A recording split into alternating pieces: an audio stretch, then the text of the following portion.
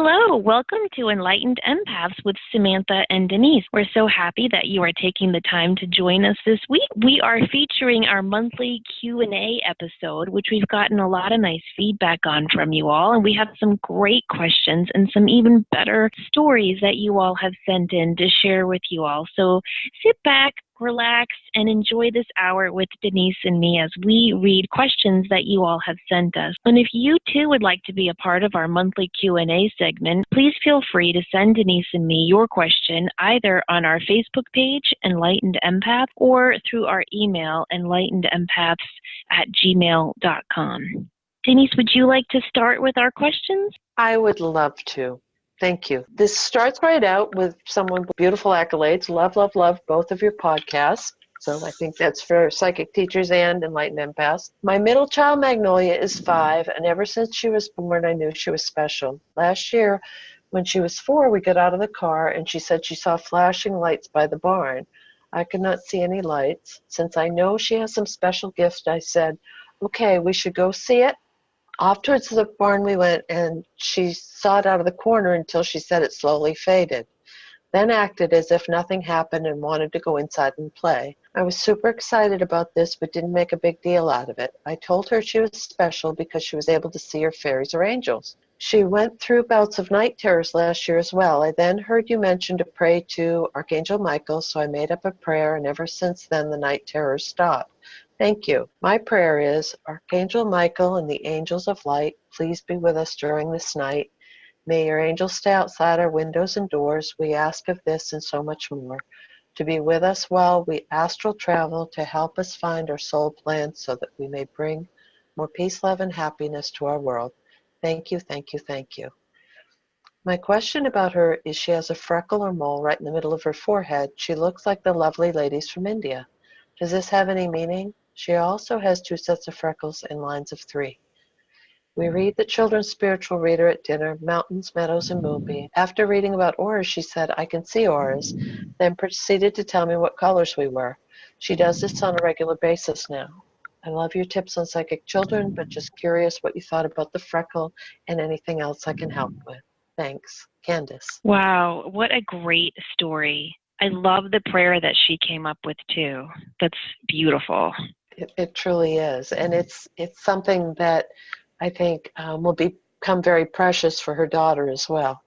And what a gift that these beautiful, intuitive children that are being born into this world are being born to families that are so open and receptive to this. I'm just so excited about these young generations coming in. I am as well. And also because everything is shifting so quickly, and I know that I've mentioned this several times on several shows, that the polarity is getting more extreme, and we can get into brain chemistry and technology and all that business, but truly the kids coming in that are shining such a bright light and they're not shutting it off, whereas a lot of kids hit school age and then they start to acclimate to the surroundings, and I'm not seeing that so much with a lot of the small children coming in right now, which is very, very exciting. I agree. Now, to answer her question in particular about the freckle, on my other podcast, Psychic Teachers, Deb and I did a show on past lives, and I referenced this in particular. There's been a lot of research, not so much into freckles, but more into moles and birthmarks, and are they connected to a past life?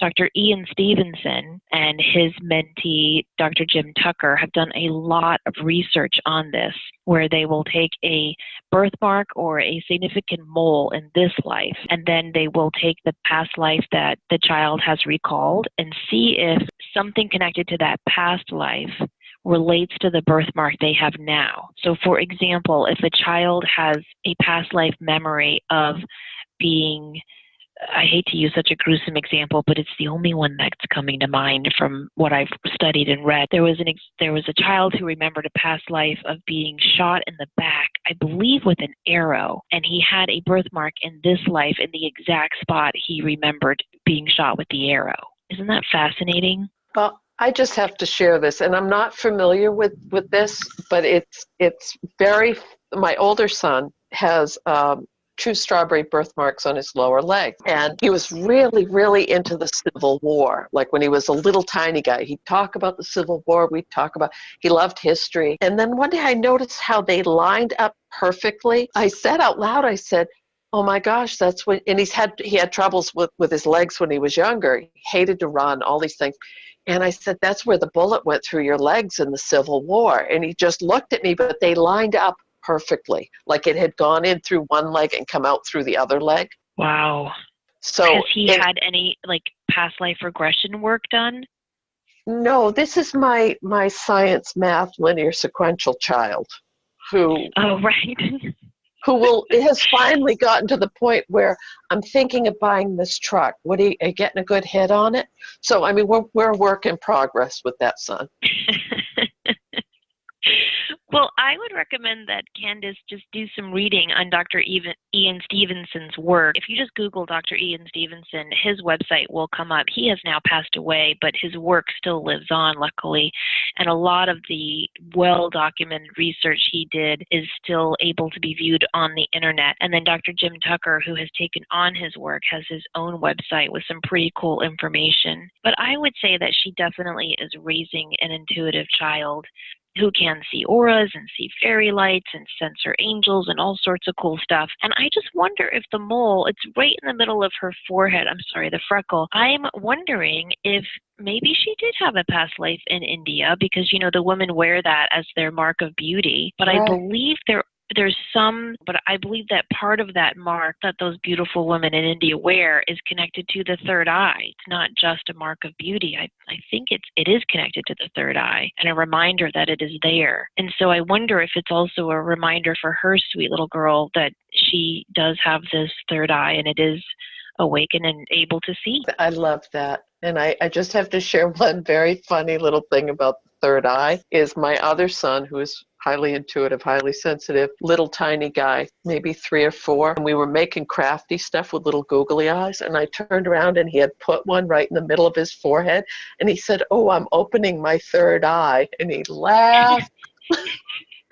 So I have a picture of him somewhere and he has a little googly eye in the middle of his forehead.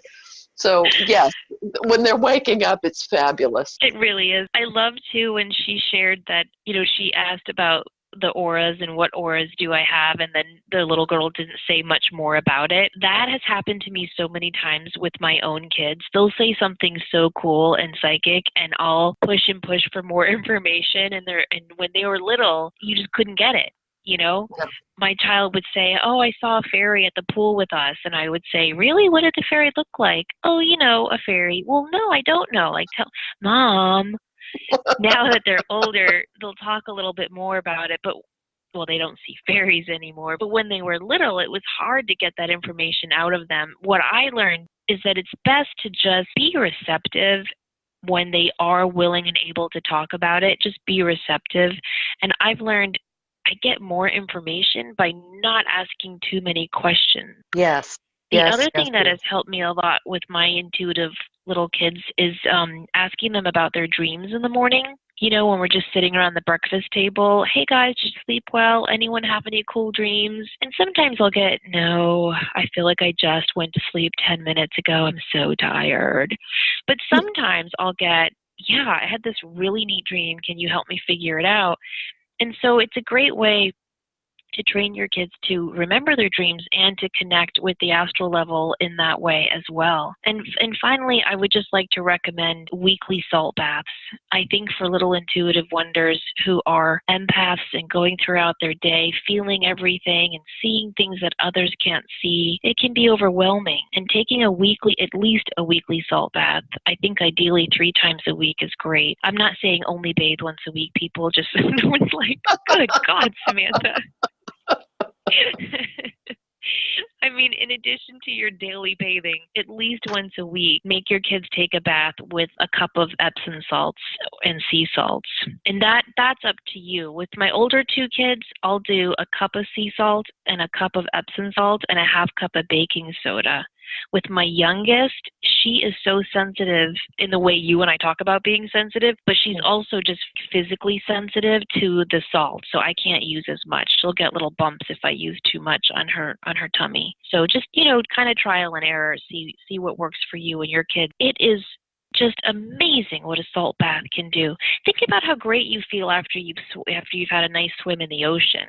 There is something so protective and healing and cleansing about that salt water. And so it helps just to scrub clean your little child's aura so that they can only go to bed with what are their emotions and their feelings rather than others that they've accumulated throughout the day. Very nice. Okay, I could say a whole lot more about that, but I want to get to the other questions. It just sounds like she's doing everything right. I mean, she's talking to her child about this. She's open about it. She's teaching her how to pray into her night, and the night terrors have stopped. I mean, she's just doing and the spiritual reader she reads at dinner time, I've never heard of that. Mountains, meadows, and moonbeams. I'm going to check it out. It just sounds like she's doing everything right. And making it very normal. Yes, which is what little kids need. Mm-hmm. Okay, so our next question says, hi, Samantha. A couple of years ago, you had written a soul plan for me in which you mentioned that the owl is my spirit animal. Then last weekend, I had a reading with Kimberly Fox, and she described my spirit animal as the Ural owl. And so you were spot on with your reading back then. I love that both of you had the same reading. It was so awesome. And while I'm sharing feedback, I really liked your latest empath podcast. The sentence "we're saying no because I'm saying yes to myself" really resonated with me.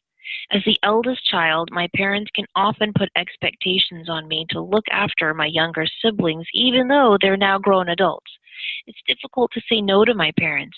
There's that guilt that I'm not doing enough for them or my siblings, but it drains my energy when I do what they ask, and so I've started to say no. I was going through my guilt pangs of having refused something recently when I heard your podcast. It helped calm my mind. I might hear it again just for motivation. Hope you have a great rest of your week. Oh, I love that. So I want to talk about the second comment, but first I just want to thank her for giving me that feedback. I love to get feedback like that. Who wouldn't? You were right. You were spot on. But I also love it for her. I mean, how great that she has such strong validation that her spirit animal is indeed an owl. I think that's really cool when we can do that. And I also wanted to mention, I've gotten a lot of emails over the holidays, when are you going to do soul plans again myself? But I think I'm kind of caught up with a lot of stuff. So I am doing soul plans again. You can find them on my website. I'm really excited that I finally have the time to start this again. When I do a soul plan, all you have to do is send me your name, and then that is giving me permission to kind of peek into your energy and go into your Akashic records. And what I do, it takes me a long time to do them. You'll usually hear back from me within a week or two, but I have kind of a long process. What I do is first I take your name into meditation, and I just kind of write down general feelings and sensations that I'm getting about your energy and your chakras and what all of that looks like energetically. And I'll say, like, when I was reading your energy, I felt like your solar plexus chakra was a little blocked, or your throat chakra is really open. It looks great. And then I kind of just walk away from it for like a day. And then what I do is I go back into a deeper meditation where I connect with your guides, and I try to get information about who your guide is. I try to get their name. And then I ask for a message from your guide, especially regarding your soul purpose and life lessons that you're working on. And I do ask for the animal guide that is working with you right now. And I also ask for, because I can't help it, I always ask what crystals would best help this person right now. So it's a pretty thorough report. They end up being anywhere from 10 to 20 pages by the time I'm done. So anyway, you can find information about that on my website. I also love, Denise, that she shared this story about learning to say no.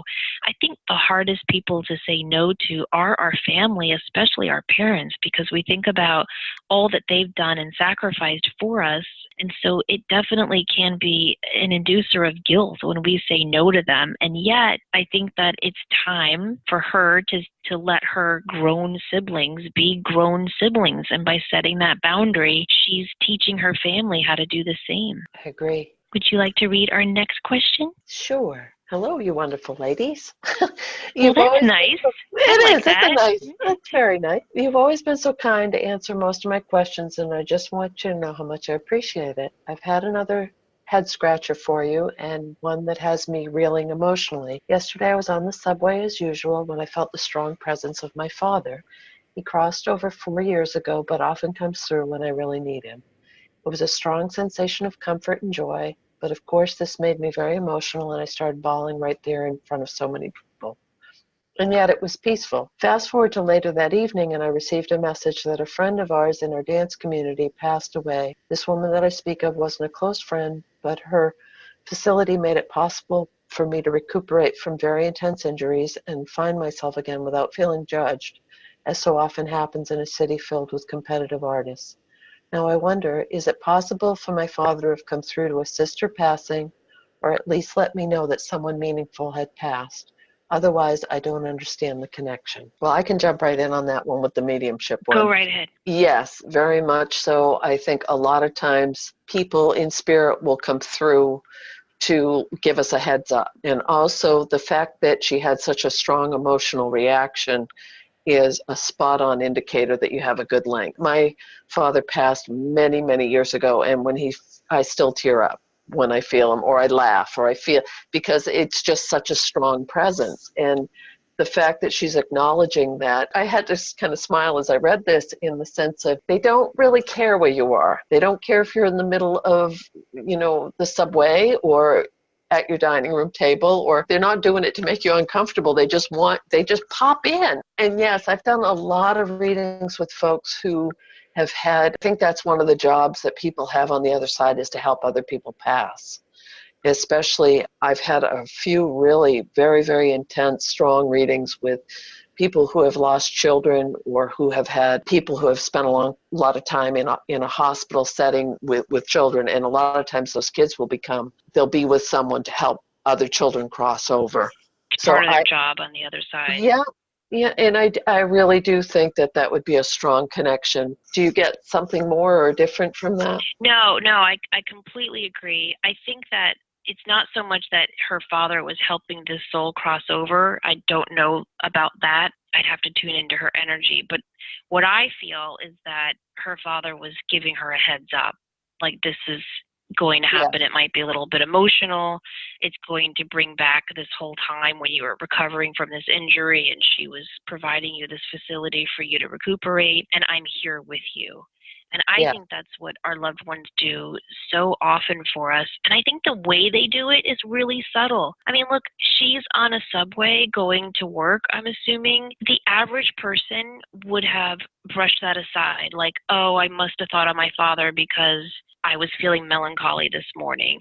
But that's how it happens. And the fact that she connected it, like, oh, I felt my dad on the subway, and then this sad event happened that night. That must have been my dad's way of warning me. The fact that she connected that is so good. And the more that we can make those connections and say to our loved ones on the other side, I got that, I heard you, thank you, the more easily they're going to be able to get that message of comfort through to us another time. And it's really, really subtle. Like, I remember I was driving home one day and I had to stop the car on a residential road because there were two stubs in front of me on the road. And that's one of my signs from my dear friend George. And I knew, just from the feeling I got and from knowing him, that something kind of sad was coming up that week. And sure enough, I got some difficult news about my dad and his health situation. And I just, I almost cried, and I just said, thank you, George. And it was nice to kind of have that heads up all week to kind of go, oh, what's coming. And it also helped me to plan better for that week. I was really good and prepared meals that week because I knew something was coming up where I was going to be pulled away or emotionally distracted. So, but oftentimes, I don't want this to be a Debbie Downer hour, oftentimes our loved ones will give us subtle messages like that when something great is about to happen, like a job Yeah. offer or a promotion or a new child. But it is always very subtle because that's the way spirit works. They don't imagine. I mean, look, imagine the opposite. Imagine if spirit wasn't subtle and you're on the subway and suddenly you see your dad standing in front of you going, oh, hey, hold on, you're going to have a tough afternoon. I mean, you'd freak out. So they have to do it subtly. But the more that we recognize it, the stronger that link can become. Yes. And more consistent. Yes. Okay, I'm going to read the next question. Denise and Samantha, thank you so much for your podcast. I am loving it and enjoying the chemistry between you two. I'm wondering if you could each tell me a little bit about what a reading with each of you is like. Well, that's a good question. Denise, tell people, like, what do people get when they get a reading with you? What's it like? Oh, they get the whole shebang. It depends. I always give people the option of, some people just want intuitive. They don't want the cards. They don't want mediumship. For some people, I'll just tune into your energy. I'll get what I get intuitively. Other people will call and have specific questions. I want to know about this, this, and this, and they'll give me the questions one by one, and I'll go through them. Other people really enjoy the cards, and when I do use the cards, I use those as a stepping off point and combine that with the intuition and surround life, whatever's going on energetically. Equally, and a lot of times during an intuitive reading or a tarot reading, I'll also get people in spirit will step forward. Some folks just want the mediumship and they'll say, I really don't care about the psychic stuff. I don't want the cards. I just want to connect with people in spirit. And that's also an option. So I really gear my readings towards what the person really wants to gain. And also, as I say at the beginning of every single reading that I do, it's always subject to change and free will. And if something doesn't resonate, please tell me so that I can go in a new direction. But also, if I am bringing through someone in spirit or making a connection in the medium, I should be able to give you something that confirms that that's the person. So it should be a physical characteristic or a personality trait or something that they pass down to you or something of familiar memory, so that it's not much just saying, oh, it's your grandmother and she's sweet. Because that's really a little too vague, and a lot of people have sweet grandmothers. My readings are pretty eclectic, and I try to help people connect with their own inner guidance and inner knowing. Do you like to know what type of reading they want before you meet with them, or do you discuss that at the beginning of the reading? I do both. And some folks are very clear. I just want that, but generally I don't know, and I'll ask someone. Sometimes when I go and do readings, like this weekend I'm going to do readings in person with a lot of folks, and I know that one of the days is complete mediumship, because she told me this is what we want. So I'll do several readings in a row that are all connecting to spirit. And equally, when you're doing a mediumship reading, things will come through intuitively, because they're letting you know, the people in spirit are letting you know that they're aware of what's happening in your life at the time or what's coming. I agree. What about, because you do Skype readings, don't you? Like where people can see you and you can see them? Mm-hmm. I do the Skype, Zoom, phone. You're so good about that. I can't do the Skype because I have to pace when I do readings. I know that sounds so weird, but the energy gets so amped up that it helps me to just pace around my house. I know that probably sounds weird. Do you feel that amped up energy though? Oh, it definitely raises it's a frenetic energy, because you have to vibrate at a higher frequency. A lot of times and I can always tell what kind of, some readings that I do really, I feel great. I feel energized. And I love, and other times it's feeling depleted, and I know that I either haven't protected myself enough, or I've taken on more than I should have during the reading. For all of those who are listening that do intuitive readings or mediumship, taking care of yourself and your energy levels is so, so important. I agree. The way I do readings has changed so much over the years, and I'm sure it will continue to change. I used to be so skeptical of my own abilities. I really used to question, where is this coming from and who is giving me this information? Or I would question, am I just reading their energy? and not getting someone on the other side. Like, I doubted myself so much in the beginning, and so I didn't want to know anything about them. And I preferred it if I couldn't see them, because then I couldn't make any visual cues either. Mhm. Do you know what I mean? Yeah. But then I was listening to Chip Coffey being interviewed, and he was saying, he's like, look, I only get 30 to 60 minutes with these clients. And so rather than me trying to figure out why the heck they called me, he said, I have them send me 3 questions. And at least then I know I can focus in and get either who they want on the other side or what information they need guidance on. And I thought, wow, that is kind of nice. Because sometimes I would do like a whole reading and bring through someone's grandmother, and at the end they'd go, well, it was really nice to hear from my grandmother, but I really needed to focus on my career. Mhm. And Right. so now I do ask, I call it like talking points, you know, like I do want either 3 questions you definitely want answered, or at least topics you want me to hit upon. I think it helps when you're dealing with a time issue to just kind of narrow in and focus. And I think it's important too. A lot of people will email me and they'll say, do I need to do anything to prepare for a reading? And I used to always say, nope, just show up. And I don't do that anymore. I will always say yes. If you are hoping that a loved one is going to show up, ask them, like tell them, hey, I'm meeting with this girl, I'm talking to her on the phone at this time, whatever it is, please show up. And then don't have expectations necessarily that they will show up. It's kind of like manifesting, like you got to state your intention and then surrender it. And so you tell the other side, I'm having this reading, I really hope you show up, or I hope guides, I hope you can speak to her really plainly and clearly about information I need on this topic.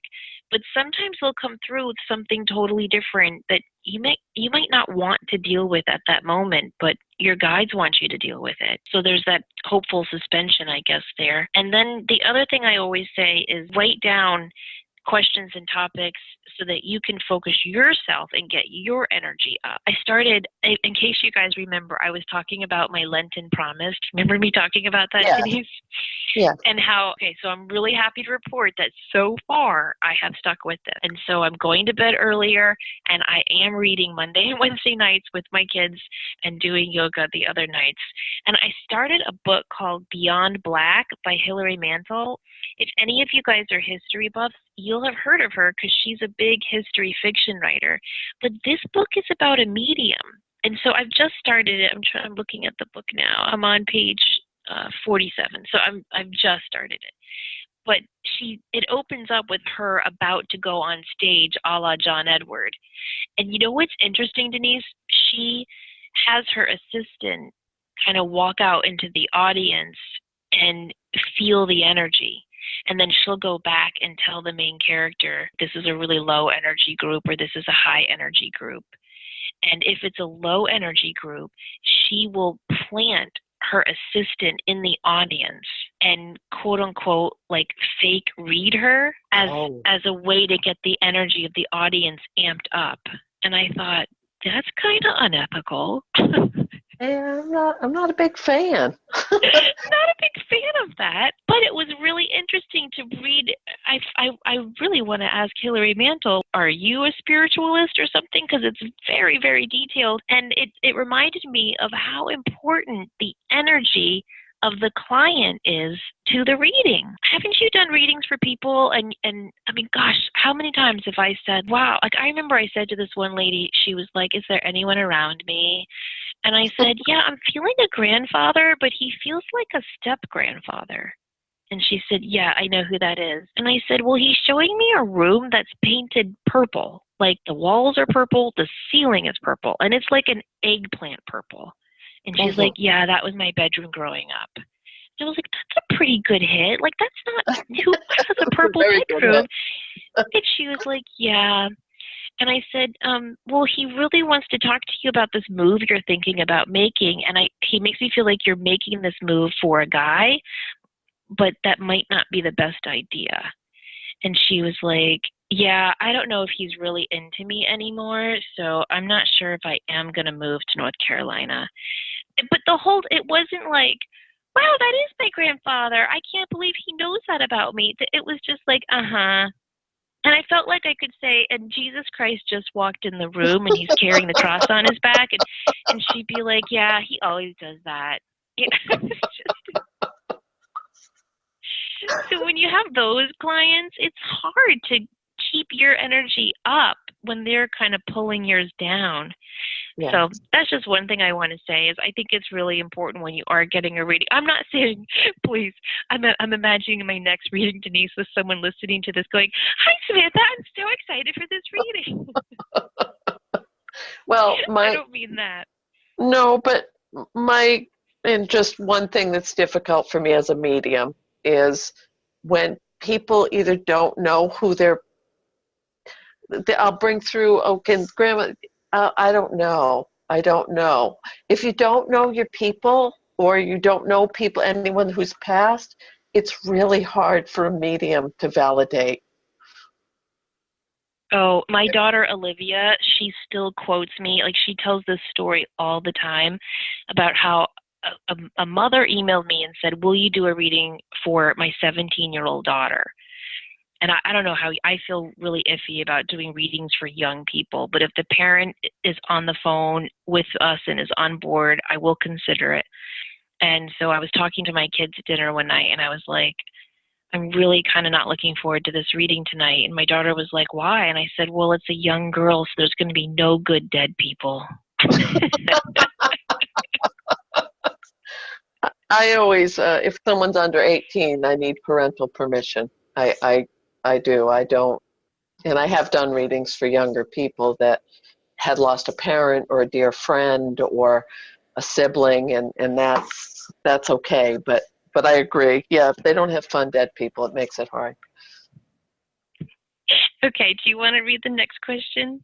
Sure. I'm trying to see where we are now. Oh, hello to both of you. I was listening to your episode about the importance of saying no, and I wanted to share your story about it as I'm still working on setting my boundaries. I used to work as a waitress at my previous job. It was long hours on my feet, unpaid overtime, and only one day off a week. And that was after I finally told my boss that I needed to have a day off to spend with my boyfriend. I got into the habit of picking up shifts when someone was sick, someone quit, or if they simply couldn't come in. Eventually, I was the first person people would ask to work because she always says yes. It wasn't that I wanted to work. I felt like I was doing everyone a favor, including the manager who did a horrible job running the place. It got so bad that I felt like it was my responsibility to make sure everyone got breaks, that everyone ate, pick up the extra tables if they couldn't handle it, basically acting as a floor manager. It wasn't until I overheard the manager talking to her sister, who was a bartender and shift manager, about picking up a shift. The manager changed her sister's schedule, and her sister was upset because she wasn't asked to pick up any of the extra hours. And the manager insinuated that her sister had to do what she said and that picking up hours at a moment's notice is expected of the employees. On top of that, when the manager was drunk at the restaurant, off the clock, she got into an argument with a coworker and said she doesn't have to appreciate or respect us, that she was the manager. She was in charge and we had to respect her. It was shortly after that I quit. And the ironic thing is, I felt like I betrayed and abandoned my coworkers for leaving them in that kind of work environment, even though none of them blamed me for quitting. Fast forward to my current job working in food and beverage at the zoo in my area, much happier and better management. I usually work in the coffee shop, but January and February are slowest months, so I've picked up some baking shifts where I come in the morning, bake for 2 hours, and go home. I like it because I'm working and still have time to catch up on stuff that needs to be done. Well, one day someone called off and I offered to cover their shift after I got done with my baking, saying the extra money wouldn't hurt. The next week or so, every day they asked if I'd come in and help out. I was excited, but after a while I felt like I was being used. It wasn't until I heard one of the shift managers say, oh yeah, the head manager said you like to work, so I'm giving you shifts, that I got a red flag. I corrected her and said I like my job, but I'm picking up shifts because I like to help out, insinuating that what I was doing was a favor to be appreciated and not taken advantage of. That gave me the courage so that the next time they asked, would you like to stay on, I told them not today, I have plans. It ended up being they were throwing shifts at me as a favor, not because they really wanted me to stay. So that made me feel better about saying no. The point of this story is that as long as people who struggle with saying no can see the pattern, see the red flags, and see their habits cropping up. They can determine where to place their boundaries and know when people are crossing them. And I think that's very accurate, that there usually are patterns and red flags. Yeah, I agree. And I think that that previous job she had helped teach her what her red flags were, and that is what enabled her to get a job in a better work environment. But when she said that she felt guilty about quitting because she was leaving everyone else there with that terrible manager, I thought, oh, she's an empath, because how many of us have felt that same way? Yes, I know I have on several occasions, and not wanting to bail out. And sometimes the more intense the work environment, the more there is that sense of, I don't want to say it's camaraderie, but that it's going to make it worse for the other people, which as empaths makes the decision harder for us. It also, what I thought of as I read this earlier is it correlates with so many other aspects of our lives when we're trying to set boundaries, and then where it will keep showing up and keep showing up in different scenarios or different situations to almost test, okay, are you still going to stay by these boundaries, or are you going to waver? And sometimes just speaking your truth about your boundaries is helpful. Like when she said, I'm not doing this because I love to work. I'm doing this to help out. Just being able to say that, I think, is so empowering and makes you feel better about the work you are doing. Empaths, I think, have to speak their truth. And just as you were saying that, the piece about wanting to be appreciated and not taken advantage of, I had a situation this week, and I was driving home, and I realized that there are certain places, there's just not a whole lot of tolerance left to be in situations where the people or the place or the situation is toxic or not supportive, or you don't feel valued and appreciated.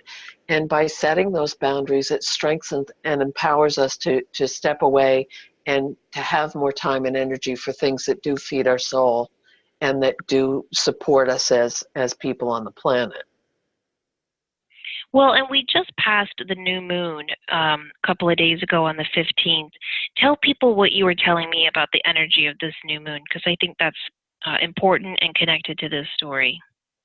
Well, I think what I've been sensing, and from what I've talked to a few people, is this is truly about finally we're releasing that toxicity, that energy that has kept us on the loop tape of, I feel like we're breaking free. There's no more tolerance for wanting to do the same stuff over and over again. It's about stepping up, stepping forward. From what I read a couple days ago, we are starting this long cycle of, very renewed, set a new goal. What are we doing for the next several years of our lives? I'm pretty excited about it, because it does feel similar to the situation I just brought up a few minutes ago. There's no tolerance for that, and I had shared with someone that the specifics of the situation, that I'm not going to do that with that person anymore. I'm done, and I didn't feel bad about it. I felt complete. And I think that's very much those energies. I agree, and I think it's also honoring yourself and your feelings rather than honoring the other person's feelings. I think it's important to honor someone else's feelings and wants and desires, but we have to honor ours first. And I know that sounds selfish, but hear me out. As I've shared with everyone, I'm going through this lovely divorce, and I'm having friends that I shouldn't even call them friends, like acquaintances will call me and say, hey, do you want to meet for coffee? And I know why they're asking for coffee. They want the dirt, right? They want to find out the scoop. Do you ever sense that when someone asks you to do something and it's not because they really miss you and they want to see you, they just want to hear what's going on? Yes. And Yeah, you just know that. And so I had a little coffee date planned with someone, and I was getting ready, and I thought it was the day before, and I was putting on my makeup, and I was thinking about my week ahead of me, and I thought about that meeting, and I was like, that just doesn't feel right. And so I rescheduled it. I just put it off because I thought, you know what, that just doesn't feel good to me. I'm not going to do it. I'm not going to sit there, and that's, my whole situation is super personal. I'm not going to share it with this person I haven't seen in years. And so I just changed it. And I felt bad. I will be honest with I felt guilty. I felt bad about doing it, but I felt proud of myself too. You were taking back the reins and saying, this is what I need to do to take care of me. And that goes back to what we talked about in one of the previous shows. The self-care piece is so vitally important right now. Mm-hmm. I think even more so than because as we are stepping more into our own, as we are finding that self-acceptance to honor our connection to divine or spirituality or empathic sensitivities, that there's a vulnerability with that, and Mm-hmm. we have to protect ourselves, and not to the exclusion of shutting people out, but in the sense of making sure that we're safe. Yes, I think maybe it is. I think that's an important emotion that empaths need to feel, is that sense of safety within their own energy and their own boundaries. Because we're always giving so much of ourselves away, that doesn't feel safe. True. I think it's a good choice of words. And to parents out there, I think that as we practice self-care and learn to set our boundaries and say no and stand in our own light, I think we're modeling that for our kids. I was sharing with my children how I said no to one of those coffee dates, and my daughters were like, good for you, Mom. And then not even 2 days later, one of my daughters was invited to a sleepover, and she said to me, do you think I should go? And I thought, well, that's kind of a strange question, because most kids are like, yeah, I can't wait. And so I said, well, if you want to go, go. And if you don't, stay home with me. Like, we'll make brownies. Do what you want to do, honey. And she just kind of thought about it. And I said, what's really going on here? And, my mind went to all sorts of places. Is there really a party and you're trying to tell me? I was going all around. And she said, you know what, Mom, I realized about myself? I love hanging out with my friends, but I don't like sleepovers. Good for her. And I said, done. I'll pick you up at 11. And she was like, okay. So she hung out with her friend, and I picked her up, at 11:30. So I think that when we do this, we honor and role model for our kids to do this too. Okay, I'll stop blabbering and move on to the next question. No, but that's it. I love that. I love that because you're empowering your daughter, but also giving her that strength and modeling the behaviors. It's exactly what it's similar to the very first question, as far as when the little person was seeing fairy lights and auras and everything else. Just yes, I honor that in you. Mm-hmm. Well, in honoring in ourselves and our kids and for anyone else connected to us, that we do have the ability to make choices ourselves. That's one thing that I think is really important for all people to learn to do, is to not seek 100 opinions, but to be confident enough to make your own choices. Okay, our next question is from Shannon. Good morning. I was listening to you all mention that you can, okay, I totally messed that up. Hold on.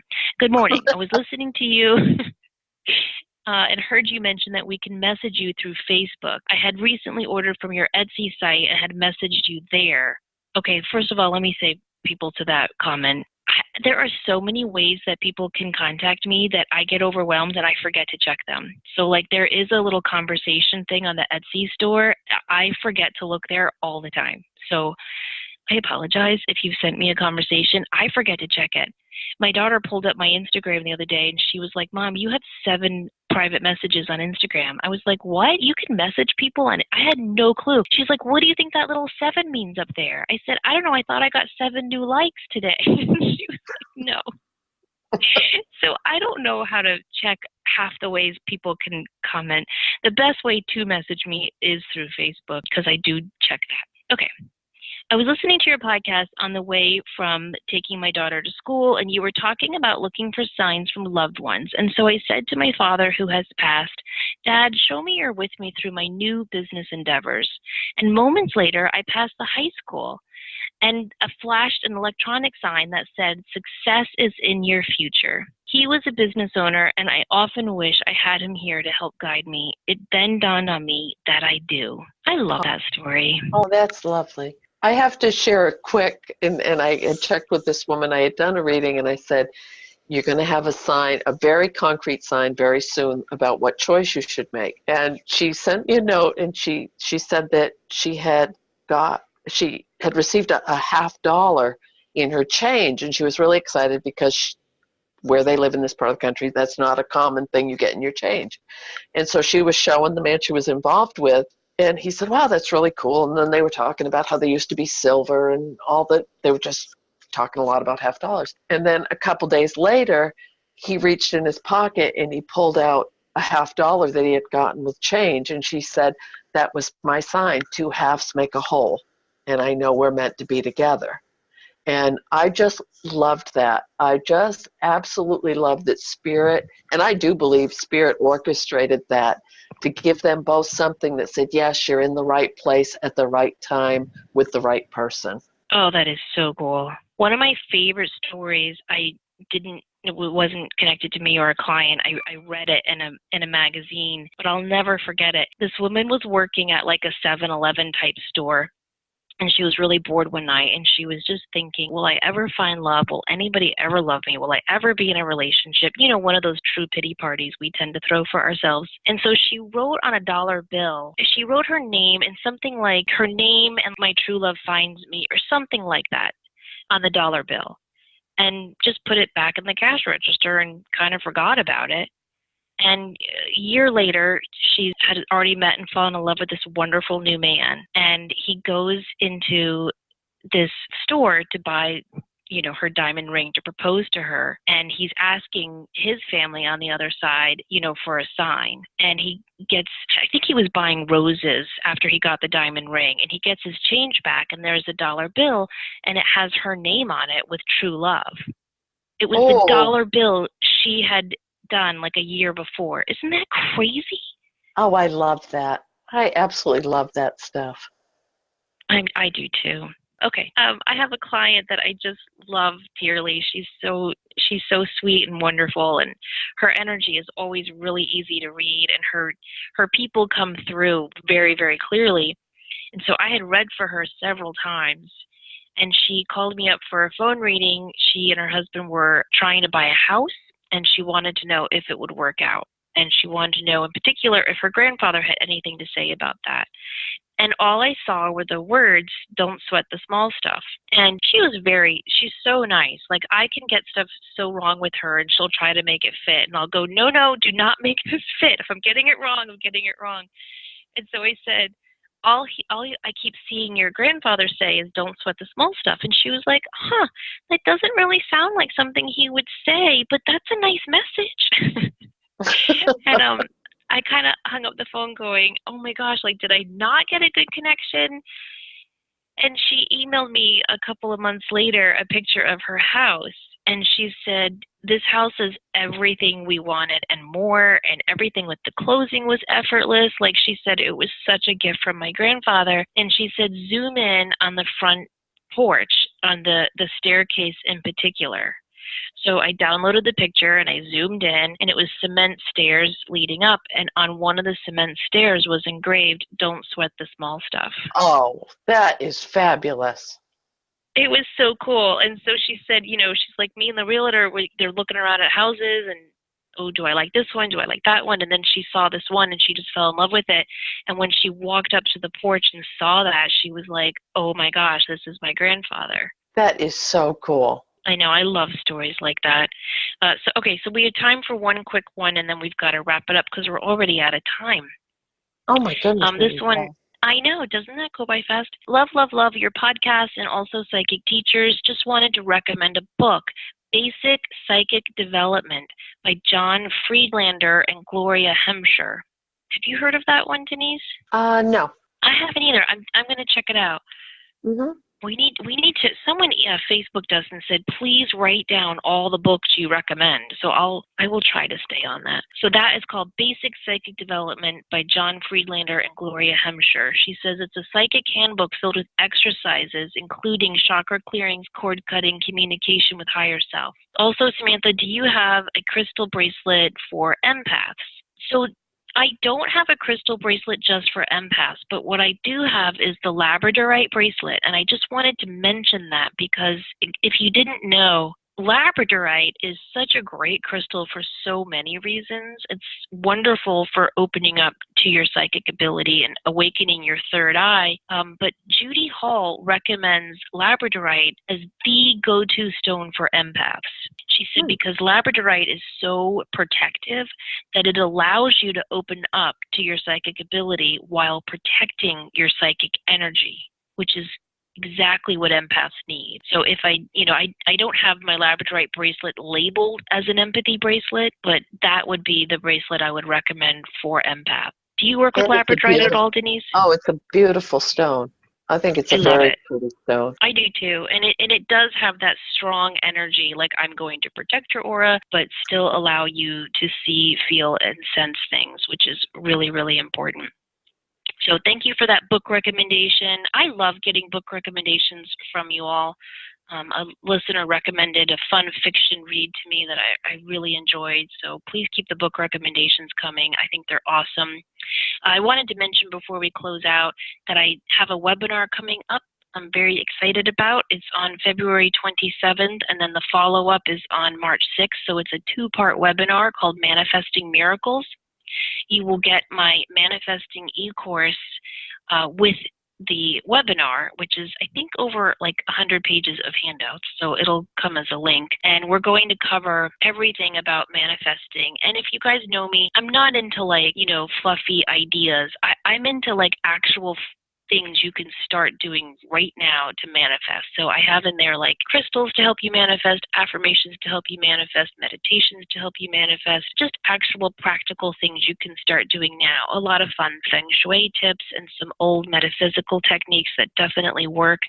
The reason why I'm doing it as a two-part is because in the first part of the class, I'm going to teach you all how to create a goal book so that you can actually start manifesting right away. And then in the second part of the class, I'm going to follow up with some important points about surrendering and releasing your goals to the universe so that they can start to manifest. But the main part of that second class is about you all sharing your goal book with everybody else in the class. I'm hoping that it'll be a really good motivator to get everyone to do the goal book. You know how sometimes you take a class and you get all psyched and amped up and then life hits you and you get distracted and you forget about those great handouts and ideas. I'm hoping with this part too, if you have to share and you have to get it done, kind of like a teacher thing, then you'll do it. And if you share it in an environment that is safe and supportive, I think that's very, what's the word I'm looking for? It reminds the universe, once you give voice to your goals and they're validated by other people and heard by other people, it reminds the universe that you're serious about getting these goals done. So I hope you join me for that. It's a webinar on February 27th and March 6th. And I wanted to thank everybody for joining me for the Beginner's Crystal class. I had over 24 of you, and it was a great group. We have decided to set up a closed Facebook group for students of that class so they can share crystals. And it's just, I think we're going to start a really nice crystal community based off of that. So I'll definitely be teaching that again. Anything else we need to mention, Denise? No, I think you've covered it. Okay. Oh, I did want to ask everybody to leave us a comment on iTunes if you like the show. Denise and I read every review we get, and we really appreciate you all taking the time to do that. And if you like the show, tell a friend so that we can keep building this community. And don't forget to join us on Facebook. I've posted a lot of cool stuff. I hope people don't mind. Not every post is about empathy. Like sometimes I just post stuff I really want to share with people, but I can't share on my personal page because they'll go, wait a minute, she believes in aliens now? So I post all sorts of stuff on there, and I know, Denise, you do too. So most of it is about empathy, but some of it is just about fun, cool stuff connected to all things spiritual. So we hope you check us out there as well. We're going to have some exciting guests coming up. We got such great feedback from our last guest that we have scheduled some really cool new guests coming up. So we hope you tune in for those. And in the meantime, don't forget to show up, do great work, and share your light. Have a great week, everybody.